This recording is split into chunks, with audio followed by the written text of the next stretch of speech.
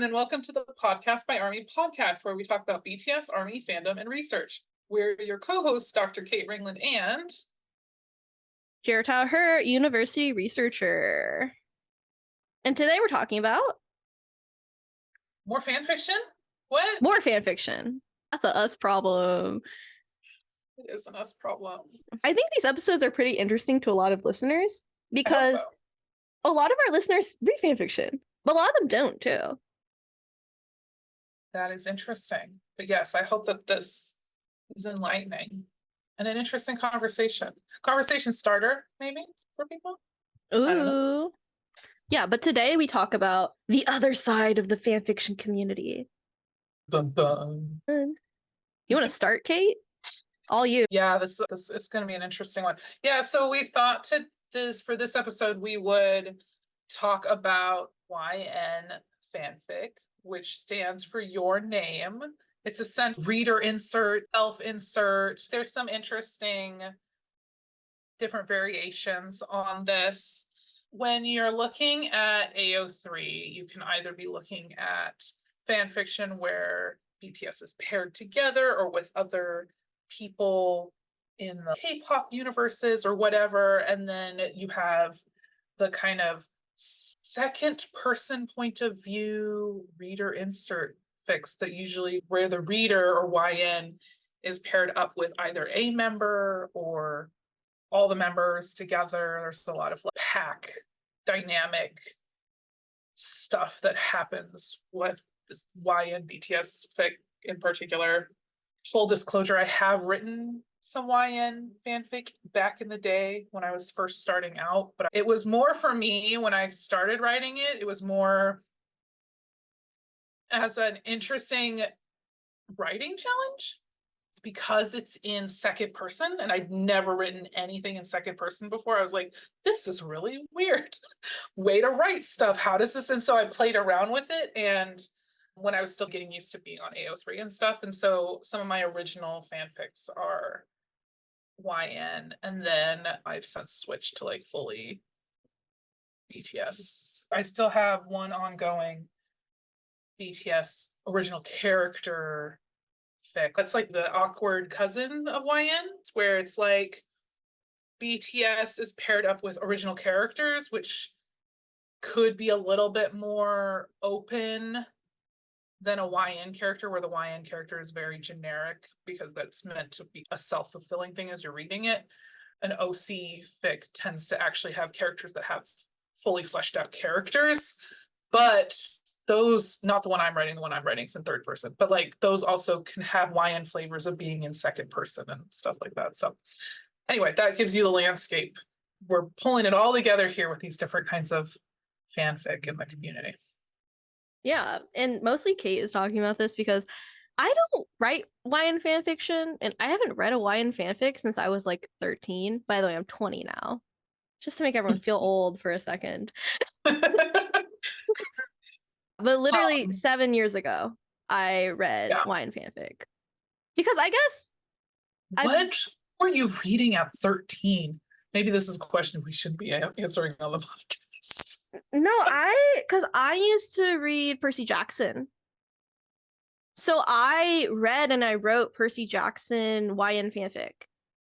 Interesting. Yeah. And that's meant for 13-year-olds? Yeah, meant for 13-year-olds. Yeah, okay. Kate. I was a little confused because the YN stuff I'm reading is definitely not meant for 13-year-olds. So. No, but when I got into fanfiction, I got fanfiction at a really young age. But I read like very age-appropriate fanfiction.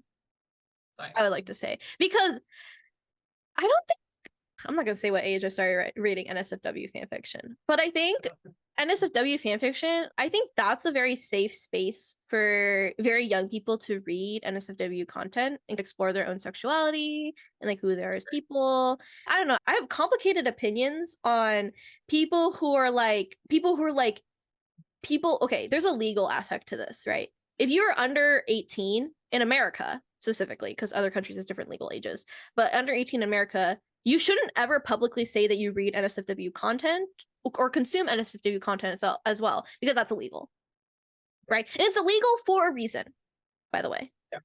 By the way, team, okay? And a lot of times authors are, if you're under 18, stop reading my work right now, right? And I understand why they say that, obviously. But I don't know, I have complicated feelings. I've always had complicated feelings about this, especially as I've gotten older, because NSFW content when I was younger helped me understand that, oh, I am not a straight person. Yeah. Right? And I was like, okay, because that helped me in a lot of aspects. But for some other people, it might traumatize them reading that because they don't know how to properly click off things or self-regulate. And I don't know, I feel complicated. It's complicated. I feel like there's maybe a lesson here in, as a parent to me, is the lesson here is more about helping your kids learn self-regulation, and when something doesn't feel comfortable, to click away instead of digging in. I feel the bigger picture lesson here is not actually about whether us posting NSFW content that is accessible to children is good or bad. It's more of a conversation about whether children are getting the support they need to learn how to self-regulate their media intake on the internet. Anyway. Yeah, that is the conversation we should be having, because I actually write now that I'm older. Okay, by the way, this is going to sound like people might think I'm lying when I say this, but I did not write NSFW content until I turned 18. For clarification purposes, okay? Okay, when I started writing NSFW content, we're not using the word insane, but this was like borderline, this is ridiculous. This is ridiculous when someone said this on one of my fanfics. They basically wanted to translate one of my fanfics into a different language because they said my fanfiction taught people how to have consensual intercourse. Wow. And they were just like, it's so important for young people to read stuff like this because it's like the right way. And I was like, no, you're not allowed to translate my work. No, like that's the weirdest thing. You could have just said, can I translate this? I would have said yes, but you gave the weirdest justification. So I'm saying no. I don't know, now people are going to be able to find my fanfiction, but I don't care. It was like the most bizarre thing. I've had people translate a lot of my other fanfics before, and just like that was weird though. I don't know. What do you feel about that? I agree. I don't think I would have handled that explanation well. It's interesting because I'm like a person who's, unless I have a personal relationship with you, the translator, I would probably say no to all translation because it's my work. And once I don't have control over what's happening with my work, but it's still being attributed to me, I feel sketchy about that. I want to have a relationship with the person who's doing the translating so that I know that they have my best interests and my work's best interests at heart. I have this weird, it could be translated and be really funky and I would never know. So anyway, that's a whole. We're going to cancel each other and then publicly fight on Twitter about this, but I have a contrasting opinion on that because I personally feel like, if possible, it would be really nice if all fanfic works could be translated into other languages. I think on AO3 especially, we're losing a lot of translation culture because number one, there used to be a lot of Chinese translators who would translate English works into Chinese. But since AO3 got banned in China, we lost a lot of that culture. And there used to be a lot of Russian translators who would translate English fanfics into Russian. But we lost that again because of the literal war happening right now in Russia and Ukraine.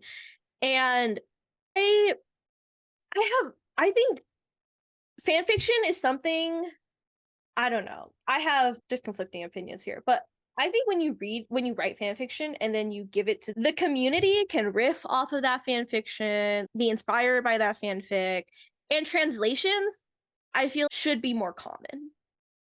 I agree that if you're considering a translation like a remix, like I feel, but I just worry that like the misinterpretation. I write, my writing style is very particular. Okay, unique butterfly. Okay, but I use a lot of puns and play on words and like lots of, it's very referential, and I would worry about that without having more control over the translation. I don't know.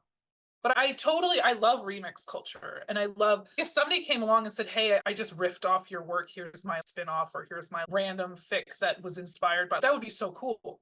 I don't know. And fan art and like people, if somebody made a mood board, that would be really cool.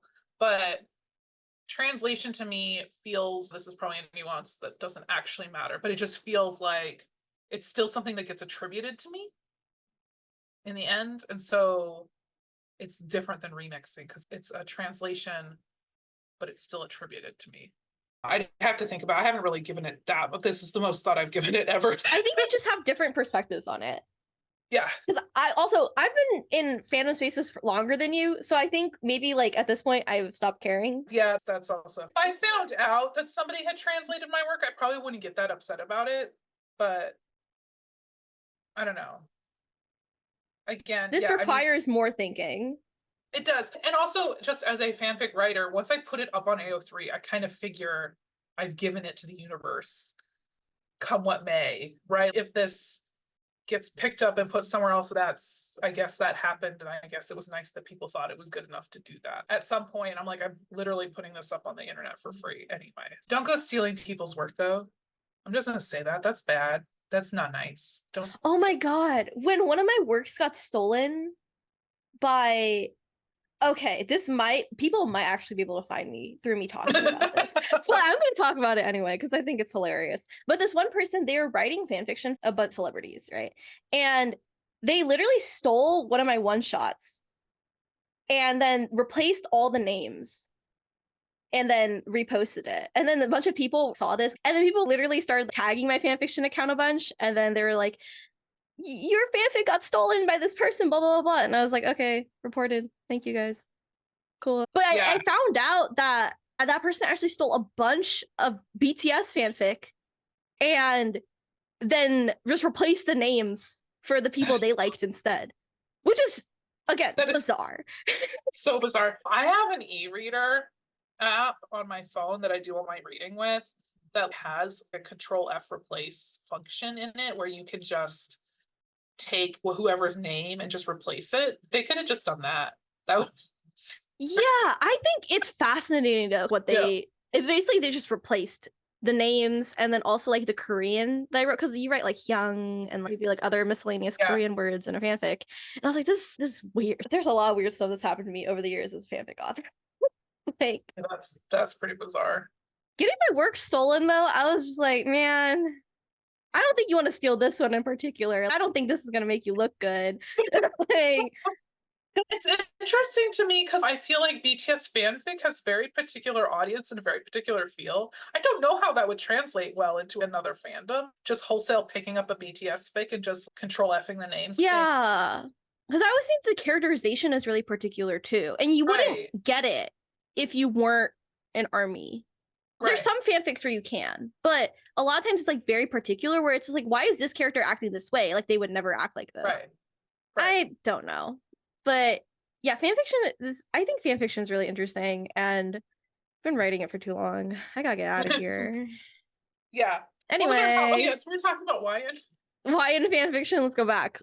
Yeah, let's bring it back. Yeah, so it's interesting, I think, because you'll find that fanfic authors on.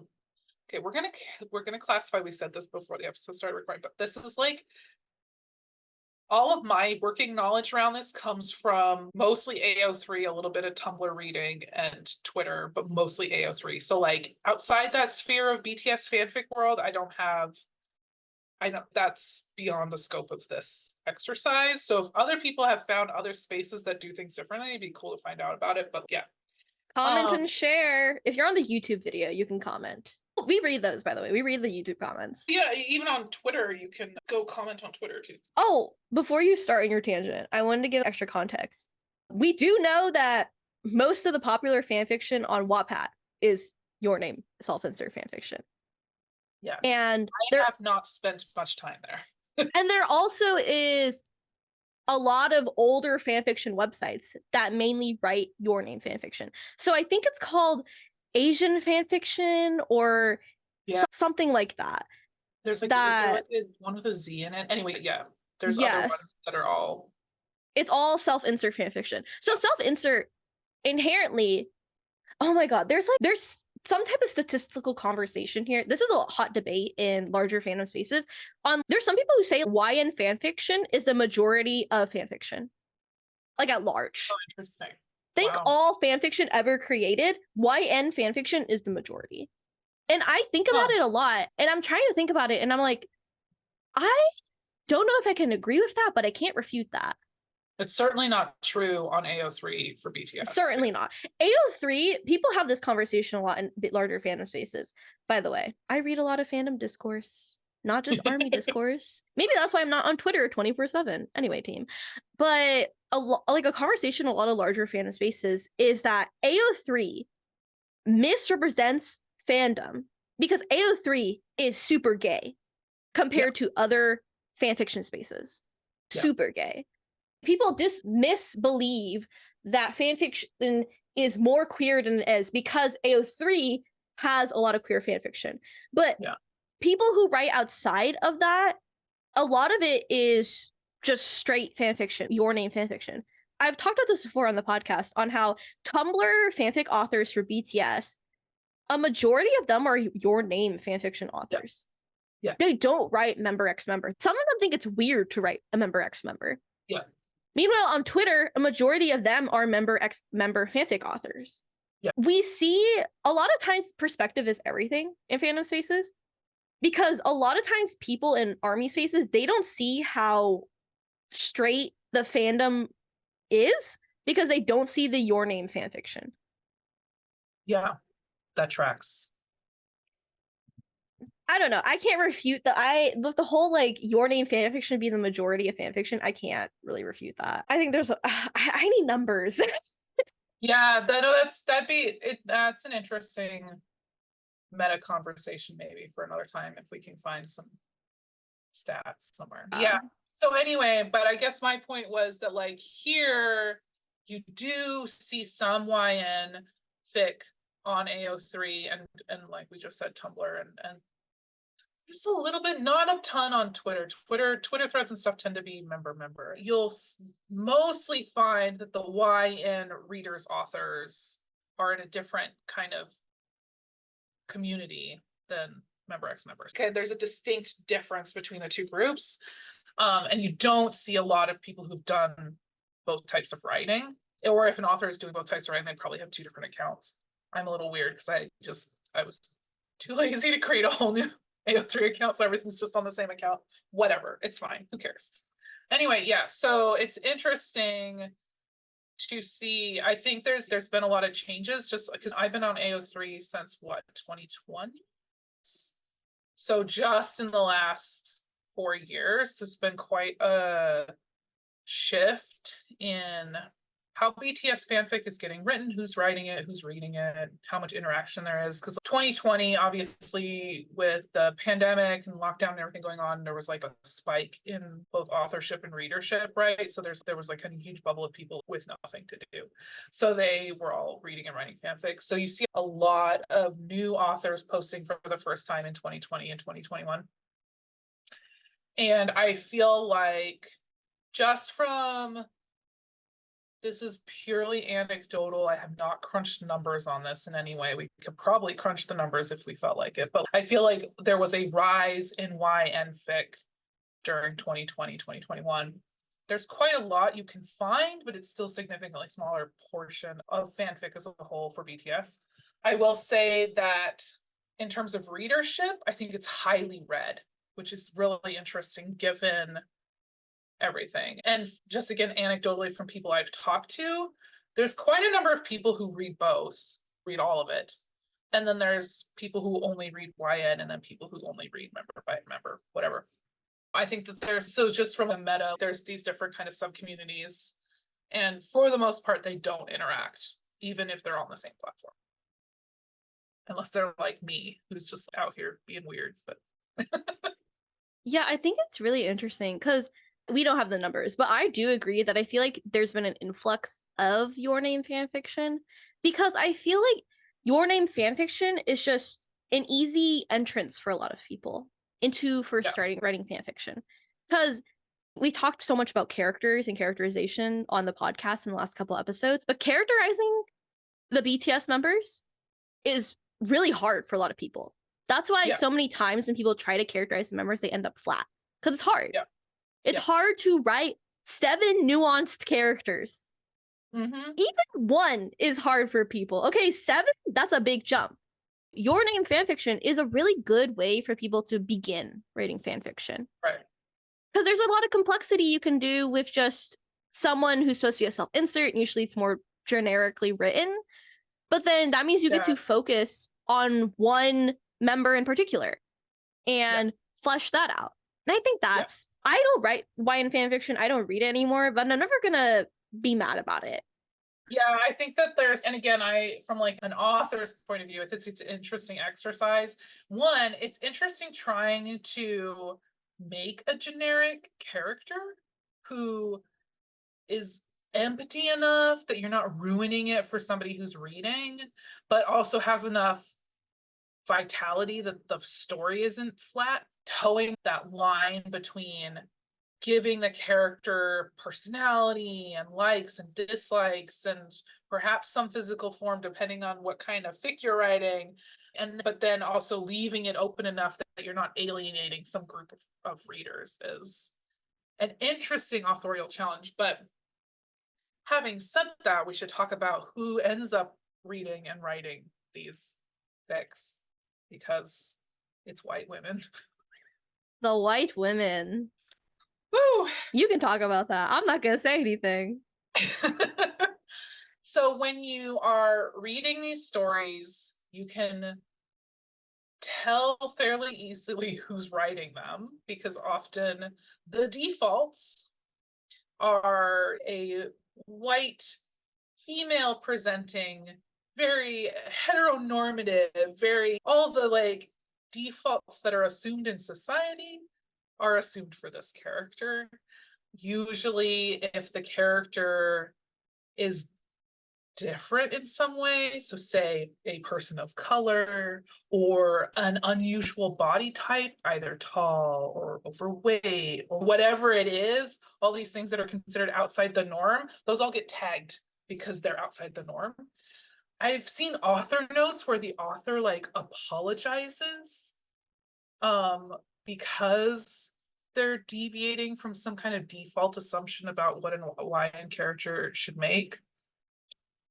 Anyway, so that's how you can tell. So if there's none of that, none of the tagging, none of the author noting going on, then you can assume that this reader insert character is a white woman, probably from America, definitely from a Western country, which also makes for really interesting, if you think about it, like considering that this is BTS, and often these stories are set in places like Seoul. It's interesting that the YN character would be a white woman from the States. And that ends up becoming part of the narrative oftentimes. So she's there on a visa, she's there for work, she works with them, but she was brought in. So there's like all these kind of rationale and reasons for this character to be there that often don't make sense in the real world. We have to suspend disbelief a lot of times. Anyway, but yeah, so this is another kind of one of those things where it's interesting. We were just talking about how AO3 is a lot queerer than maybe other fanfic places, but this is one subgroup inside AO3 where it's definitely not queer. And it's rare to have a queer YN character. Even having a male YN character is seen as weird. Yeah, super. Or I've seen some where the author has worked really hard to make the YN character generic enough that you could assume either gender or any gender or no gender. They leave it open enough that you can put whatever you want in there, but that's like 1 out of 1,000, right? Like it's not a super common thing to do. I think it's interesting because I think in the culture, the way YN fanfiction has become synonymous with a white, straight woman, there's multiple things happening here. Number one, it's a reflection of how a lot of fandom spaces, especially Western fandom spaces, are predominantly white women, straight white women. Yeah. And of course, queer people are part of that. People of color are part of that. But I think okay, if Army is your first fandom, you are blessed with so many things that other fandoms don't have. If you go into a lot of other fandom spaces, a lot of it is straight white women. And that's just the truth. Because there's a lot of straight white women in America, and a lot of them enter fandom spaces and engage in fandom spaces as straight white women. Army is very much deviating from that. Army is truly an international fandom. It's truly a fandom that has a lot of large queer spaces, a lot of large spaces for people of color. But a lot of fandoms, you go into those spaces and you are not the majority there. You are not really a part of that community. I talk all the time about how I retired from fandom in 2019. A large part of that was because I was in a lot of fandom spaces where I had to mediate conversations between white people and people of color, which was inherently very uncomfortable for me, especially because I was so young during that time too. But a lot of people enter fandom now and they did not experience just how white fandom used to be. Right. And I don't know, even today, fandom is very white. Yeah. Even, especially, I feel like a lot of this is reflected in YouTuber commentary spaces. So if you think of fandom commentators, the big names, right? All of it's white women. The people who write fandom video essays on YouTube, all the ones that get millions of views, all of it's white women. Interesting. There's a lot of Black video essayists who are getting really popular. And that makes me really excited because back in my day, right? A big video essayist, a big meta commentator in fandom that isn't white is unheard of. But now we see so many people of color becoming meta essayists, becoming video essayists, becoming commentators. And I think that very much is a reflection of how the space itself, people of color are becoming more empowered to speak out and to speak their minds, speak their opinions about fandom spaces. But 6 years ago, I couldn't have imagined me, myself, becoming one of those people because it's all white women. So as fandom grows and like fandom culture at large develops, we're seeing this displacement of white women as the majority and as the main voices of fandom. And that's causing a lot of weird tensions and stuff to happen in fandom spaces.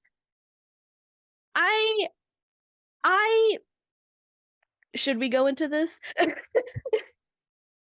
I don't know what this is, but because in my fandom past, white women have always been there in fandom, right? And that doesn't mean white women should be excluded from fandom spaces.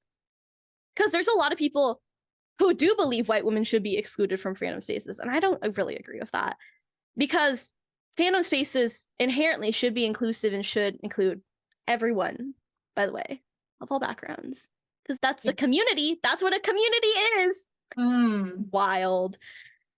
Ooh, I have complicated feelings about it. Because I love fandom and I love the communities, but there's a reason I left in 2019.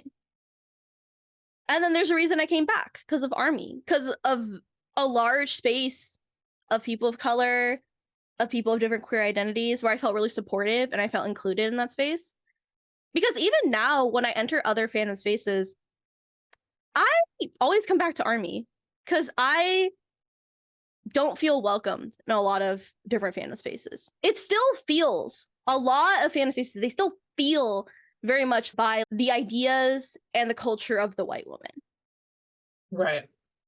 I don't know how it is from your perspective, Kate, because you yourself are a white woman. But that's just how I feel about it. I love Army because there's so many people of color. And that doesn't mean there aren't people of color in other fandoms, but just the way the culture of the fandom itself is so different. Yeah, I agree. And I think it's interesting because I think Army, how to put this, Army is big enough that it allows for these different pockets of different kinds of communities, because I think as we've seen on Army Twitter the last several months, that ideologically we could have different types of community groups, all that kind of fall under that same category. The super racially diverse or the super supportive queer spaces, that's not all of Army. That's just a particular part of Army, right? I think that, and we've seen it, we've seen the kind of the more puritanical Army spaces where that has clashed with the queer spaces. We know that not all Army, right? And we certainly know now, especially with all the stuff that's been happening with the movement for Palestine and stuff, how there's clearly ideologically different kind of shapes in how Army move. But and I think that's an interesting seg back to the fanfic stuff too, because you can have this kind of queer positive, super, you're exploring lots of things with your stories and you're unpacking all these different kinds of human contexts within fan fiction. And you see a lot of that in the member x member stuff. And then you get a different flavor and a different ideology from the YN stuff, because you do have this more ideologically, it's Western white, straight white women of some flavor. And so I think that it's interesting to see how those two kind of different groups, that there's such a divide between them. And I think that, for example, with the YN fix, you're not going to see gender exploration happening in nearly the same numbers, like at all, if at all. And you might get a little bit more of that OC characters or something, but you don't with the YN particularly, like that. There's an assumption there that you're writing YN because you didn't want to do two guys together because it's BTS, so it's going to be two guys. So there's interesting rationale and differences for the different communities. Yeah, I feel the same way, where it's, as you're talking about that, actually, that makes me think about how Army itself is such a large fandom that it can support these different communities coexisting. Yeah. But in other fandom spaces, they're not large enough in order to hold that, because it's only one. Like, I talked about this often about how Army itself is so big that there's community spaces that don't even interact with each other. But in other fandoms, it's like you're all forced to be in one space together because it's small enough. That's what you're forced to do. And when that happens, you're not able to, I don't know, as a person of color, it's like in a lot of, it makes me uncomfortable to talk about this, but in a lot of fandom spaces, I can't exist as myself very often because people don't accept that, right? And a lot of times I feel, especially as I was younger, I talk about this really frequently as an Asian person too, especially because I'm in a lot of advocacy spaces, but as an Asian person, white people don't see you the way they see other people of color, so they use you.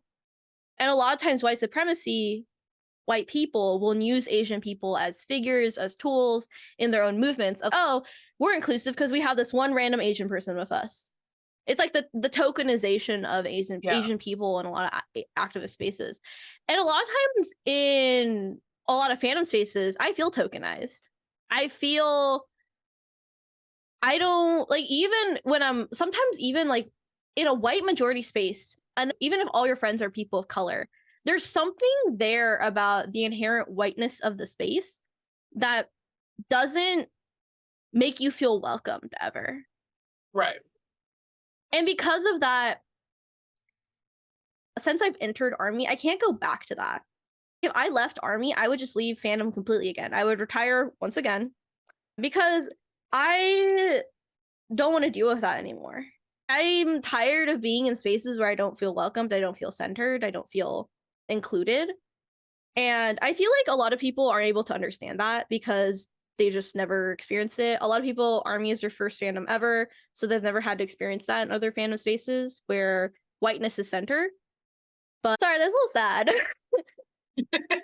Sorry, a little sad. Yeah, there's multiple reasons why I retired from fandom in 2019, but that was like one of the very large reasons where, you know, just being a person of color and then being in these spaces where I talk about meta essays all the time, right? The meta essay space is very much dominated by white women.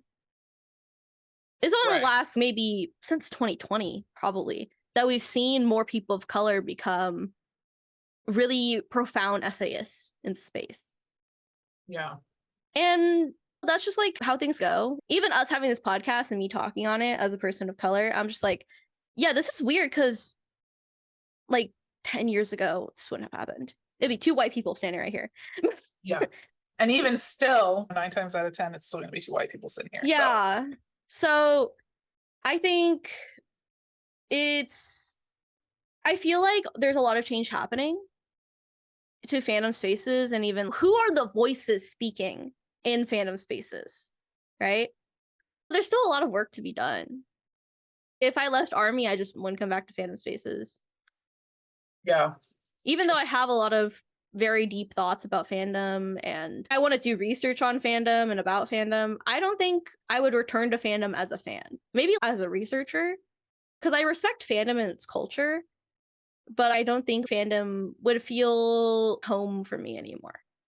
It's okay. That's what happens when you grow up and you realize all the people around you are white, and how it's like an out of body experience of, oh, your identity is never acknowledged because people just look at you and they don't think, because it's like a screen, right? So then people are just like, oh, you're just one of us. We can just ignore the fact, like, your whole identity and background, because you just on a screen, we don't have to think about that. Right. And we're just like, oh, this little, maybe the space, maybe I should retire, come back. It's so weird. If people from my fandom past ever figured out who I was or found me again, I don't want to think about that. They're like, you person, the reason I deleted everything. Anyway, any final thoughts about YN fanfiction, Kate? Yeah, it exists. It's a thing. I think that it's an interesting, I have maybe said this for every fanfic episode. I don't know. I don't remember.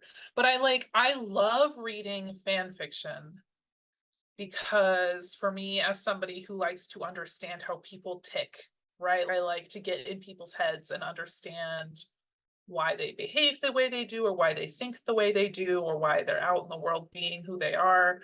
I love reading fan fiction because most often it's a really interesting reflection of the author's thoughts and identities. And I think that getting to peek inside someone's head through their stories it's a really cool privilege to have, right? It's a really nice gift to be given. I like being able to read stories and go on these cognitive adventures with people and see other people's perspectives and all that good stuff. I like the adventurousness of the different kinds of ways people write, and the ways that people like try to mix media, and the way that people play with language, especially gosh, I don't know if I've even touched on this much in any of these episodes, but like the high number of authors that English is not their first language, like, and good quality fics too. It's just, man, I know youth who have come out of US public school systems with English being their only language, and their writing is so far below yours. Anyway, giving us a lot of hope for the future, Kate. And someone's future out there somewhere, I don't know, maybe not America, but anyway, so I think that it's so cool to be able to like read these different things and try these different, for me, again, it was like, YN is interesting because it's a shift in perspective. It's literally a shift in point of view. And so I like understanding both as a writer, like how challenging myself with that new kind of medium, but also seeing how that changes how the story is told and how that unfolds. Anyway, I have like lots of interesting, and I think it generates these interesting conversations of, it's super interesting that the white normative woman is fault here. Why is that? It's nice to be able to have these meta conversations, and we wouldn't be able to do that if these fics didn't exist. There you have it. There we have it. Yeah, I feel like fan fiction, and what the fan fiction I read age 13 versus the fan fiction I read now, just the landscape has changed so much with fan fiction culture. And I think fan fiction is so much diverse now, so much more queer, and there's so much more going on with fan fiction than ever before. And I have a lot of, I don't know, enduring hope that the communities that we've created now and the culture we've created now, it won't regress. I'm never going to have to go back to the time when I was 15, 14, 13 of not being able to find spaces for myself. And I think now I'm able to find so many more spaces, find so much more common ground, and find people who are like me and who I enjoy being around. And I think as we move forward, only more people are going to find these spaces, are going to be able to explore who they are, know who they are. And if YN fanfiction is the gateway to a lot of that for a lot of people, let it be. Yeah. Let it be. Yeah. We love YN fanfiction. YN fanfiction no longer serves me, but it serves many people. And it's meaningful for a lot of people. And I think it's beautiful. Special shout out to our awkward OC member cousins are out there fighting the good fight, trying to create interesting OC characters and get people to read about them. Shout out to you, my brethren. Everyone should make OCs. Okay. Yes. But yeah, that is basically this episode. Go read fanfiction. If you need YN fanfiction as your gateway, go ahead. All you boo. If you want to explore being a person of color or being queer, that's up to you. Write fanfiction. Have fun. Live your best life. I believe in you. Yeah. Hey. Okay, that's it. Everyone take care. Go read fanfiction. Free Palestine. Liberate all colonized people. This is such that, like, people are gonna be the whiplash. Anyway. But take care of yourselves. Have a wonderful day. Thank you so much for listening. Bye. Bye.